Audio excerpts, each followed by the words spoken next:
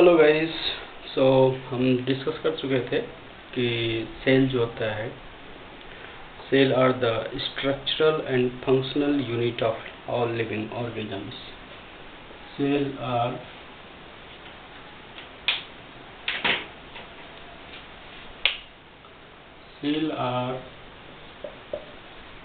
structural and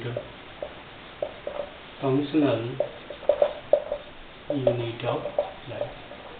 इसका मतलब ये था कि जो सेल होता है, सेल के द्वारा ही जो है पूरे तरीके से जो है हमारे बॉडी का निर्माण होता है।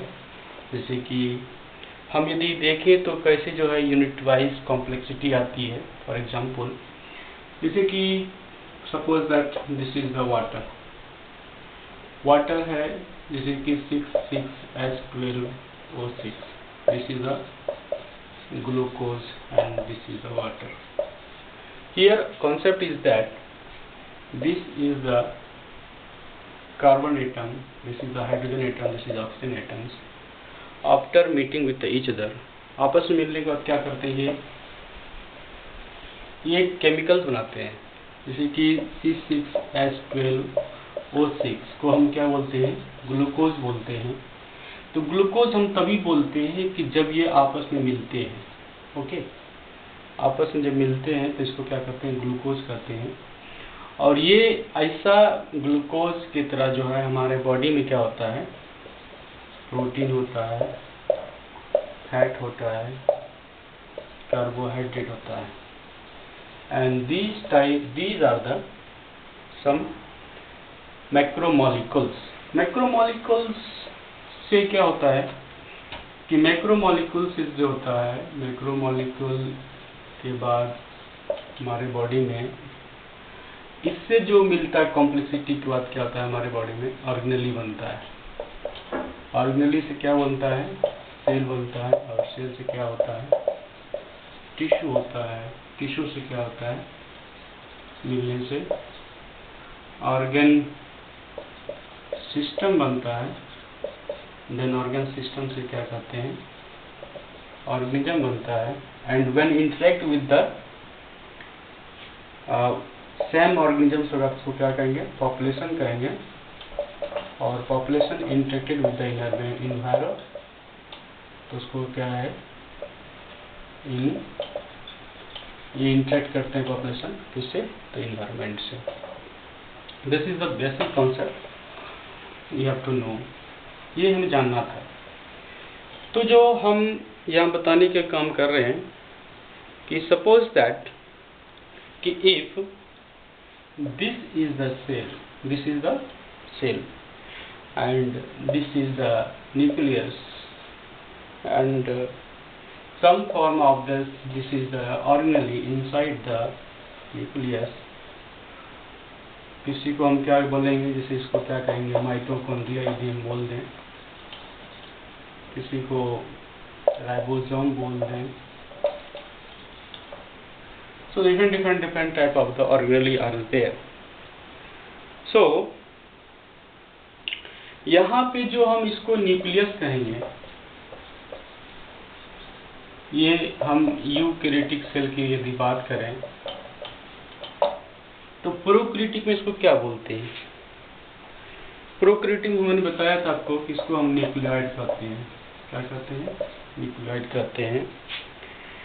And this is the contain the genetic material. जब हम मेंडल थ्योरी पढ़ेंगे तो वहाँ पे देखेंगे कि genetic material, how the genetic material is transferred from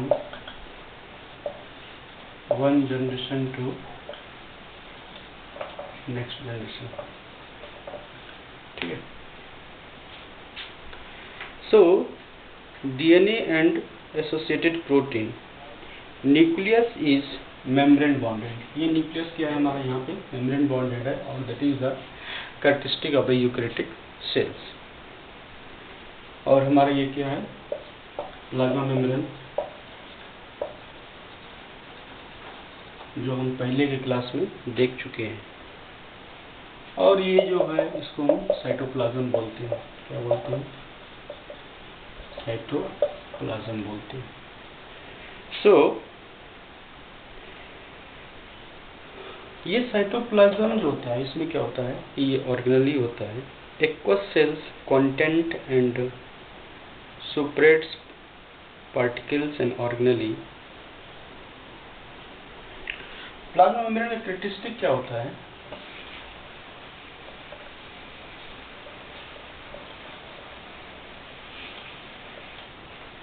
plasma membrane का जो है, प्लाज्मा मेम्ब्रेन का कैरेक्टरिस्टिक होता है, ये टफ होता है पहला। सेकेंड जो है वो फ्लेक्सिबल होता है। थर्ड जो है ये क्या होता है, लिपिड बाइलेयर होता है। जब इसको हम डिटेल में पढ़ेंगे तो वहाँ देखेंगे। एंड सेलेक्टिवली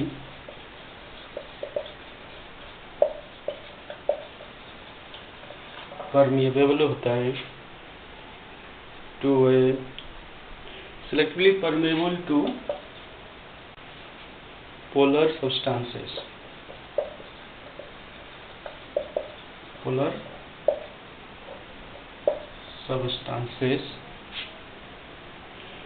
includes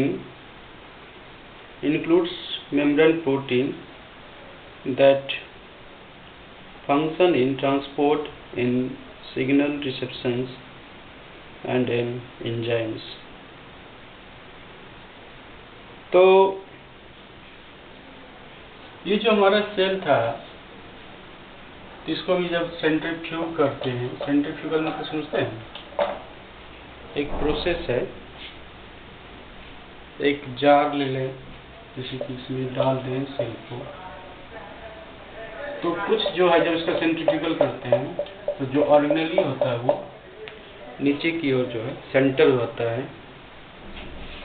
ये जो होता है ये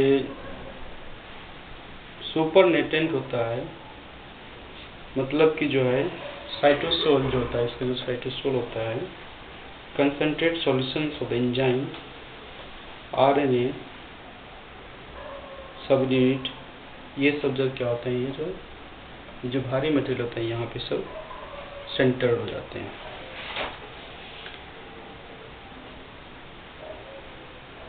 अब हम ये बताने का काम कर रहे हैं यहाँ पे कि सेल ऑलमोस्ट हम लोग समझ चुके हैं कि सेल क्या होता है। हम कुछ बात करेंगे यहाँ पे कि there are 3 distinct domain of life.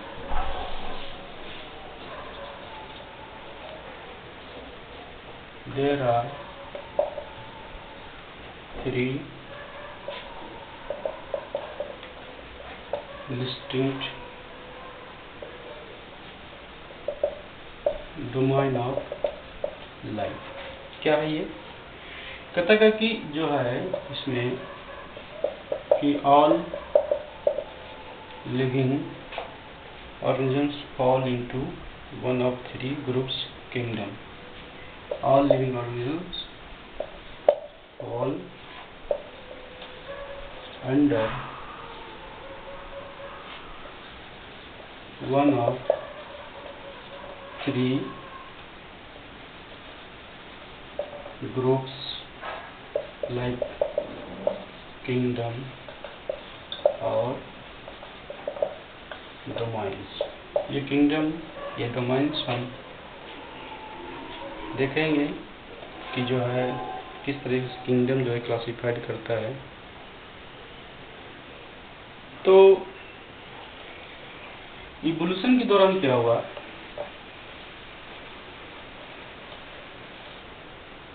कि जो सेल है, पहले हम सेल अभी तक पढ़ रहे थे, इसमें 2 थ्योरी आया था कि fundamental and structural unit of life. दूसरा देखे थे कि pre existing cells. What is the meaning of pre-existing cells? ये दो कॉन्सेप्ट रुडोल्फ वर्च्यू ने दिया था, आप लोगों ने देखा था। तो यहाँ पे कॉन्सेप्ट है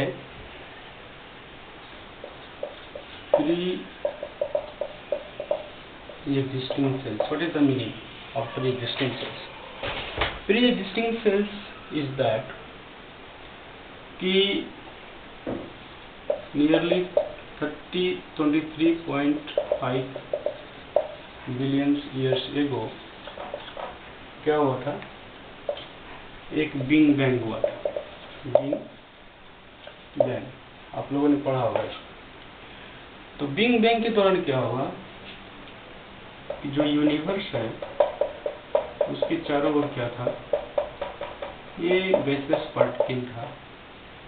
इसमें क्या हुआ, कंडेंसेशन हुआ और एक गोलाकार बना। इसके अंदर क्या हुआ कि इतना हीट एंड प्रेशर जनरेट हो गया, इसमें क्या हो गया, एक्सप्लोजन हुआ और ये दूर दूर तक जो है फैल गया। एक्सप्लोजन होने के बाद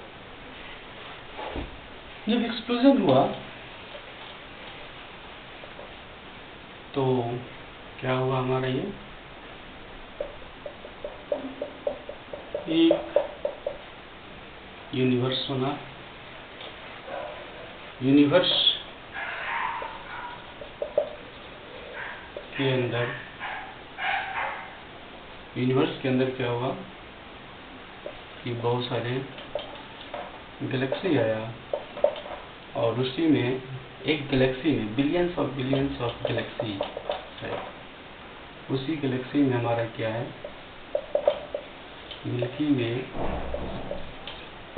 गैलेक्सी है और इस मिल्की वे गैलेक्सी में बिलियंस ऑफ क्या है, स्टार है। And sun is the one of them star. And इसके अंदर क्या था, पहले 9 प्लेनेट था, अब जो है 7 कर दिया गया, in which earth is the one of them. Concept समझिए। तो जो अर्थ है,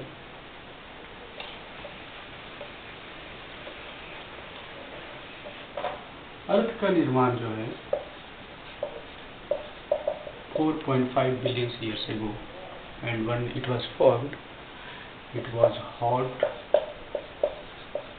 molten stage and vapor was there। और हम कॉन्सेप्ट क्या समझ रहे हैं, प्री एग्जिस्टिंग सेल के बारे में हम समझना चाह रहे हैं। तो देखिए यहाँ पे एक कंडीशन पैदा हुआ जिसके कारण क्या हुआ, ये जो वेपर था, हॉट था, मॉल्टन स्टेज था, के बीच केमिकल कंपोजिशन, केमिकल रिएक्शन हुआ।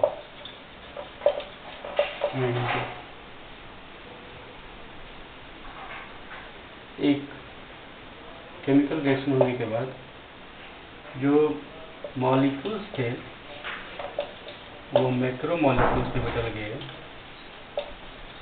और मैक्रो मॉलिक्यूल्स में क्या हुआ, सडनली जो है एक लाइफ आ गया, जिसे कि हम प्री-एक्जिस्टिंग सेल कहते हैं। उसके बाद क्या हुआ, यहाँ से सेल हुआ। इसके बाद क्या हुआ, यहाँ पे कॉम्प्लेक्सिटी आना शुरू हुआ और कॉम्प्लेक्सिटी से क्या हुआ, सेल फॉर्म हुआ। सेल से टिश्यू, टिश्यू से ऑर्गन, ऑर्गन से organ. That is the concept. This is the basic concept. तो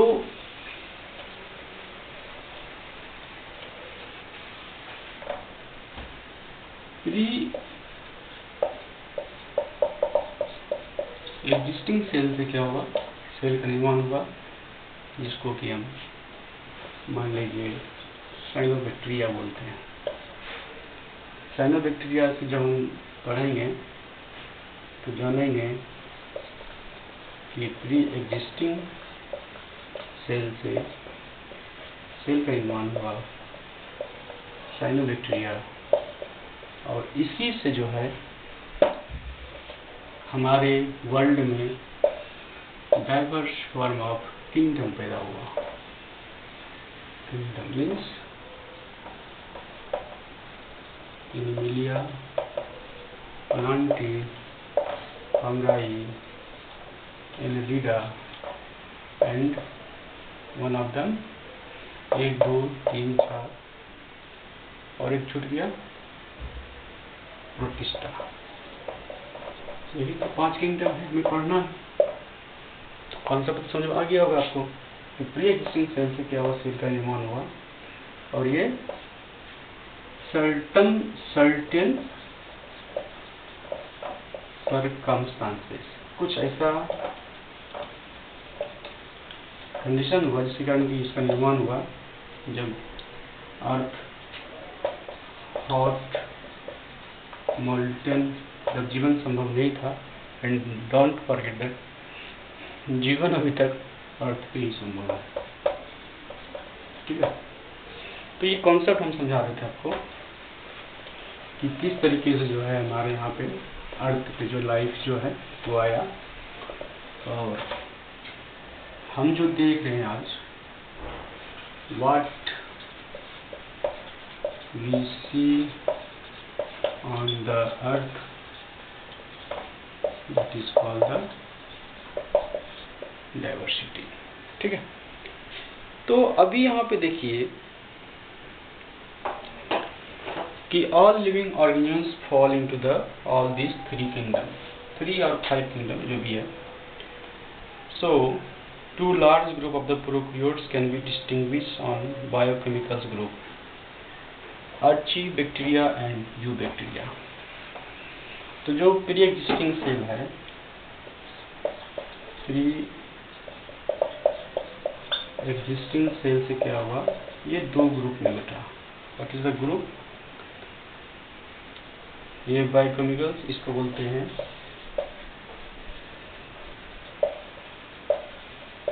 आर्चीबैक्टीरिया, एंड सेकेंड इज यूबैक्टीरिया। ठीक है, इस किसके ऊपर डिवीजन हुआ ये? On the basis of biochemicals. ये बायोकेमिकल्स के ग्राउंड पे जो है इसको बोलते हैं, and both are prokaryote cell. ये दोनों क्या है? प्रोकैरियोट सेल्स हैं। ठीक है,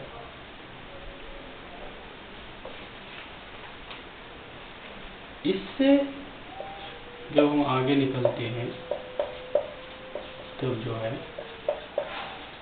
यूकैरियोट सेल जमाना आता है, जिसमें कि थर्ड डोमेन इसको बोलते हैं यूकैरियो। क्या बोलते हैं इसको? यूकैरियो बोलते हैं। इसी से निकला है, इसी ब्रांच से निकला है, प्री एग्जिस्टिंग सेल से निकला है, and gave rise to the archaea. इसको जो बोलते हैं, इसको बोलते हैं आर्चिया बोलते हैं। ये जो हो गया आर्चीबैक्टीरिया, ये हो गया यूबैक्टीरिया, इसको बोलते हैं आर्चिया। ये यूकैरियोट्स होते हैं। Archaebacteria are therefore the more closely related to the eukaryotes. और जो आर्चीबैक्टीरिया होता है, ये जो है था तो पहले ये प्रोकैरियोट्स ही, but when coming to the eukaryotes complexity is coming in this archaebacteria. So archaebacteria are therefore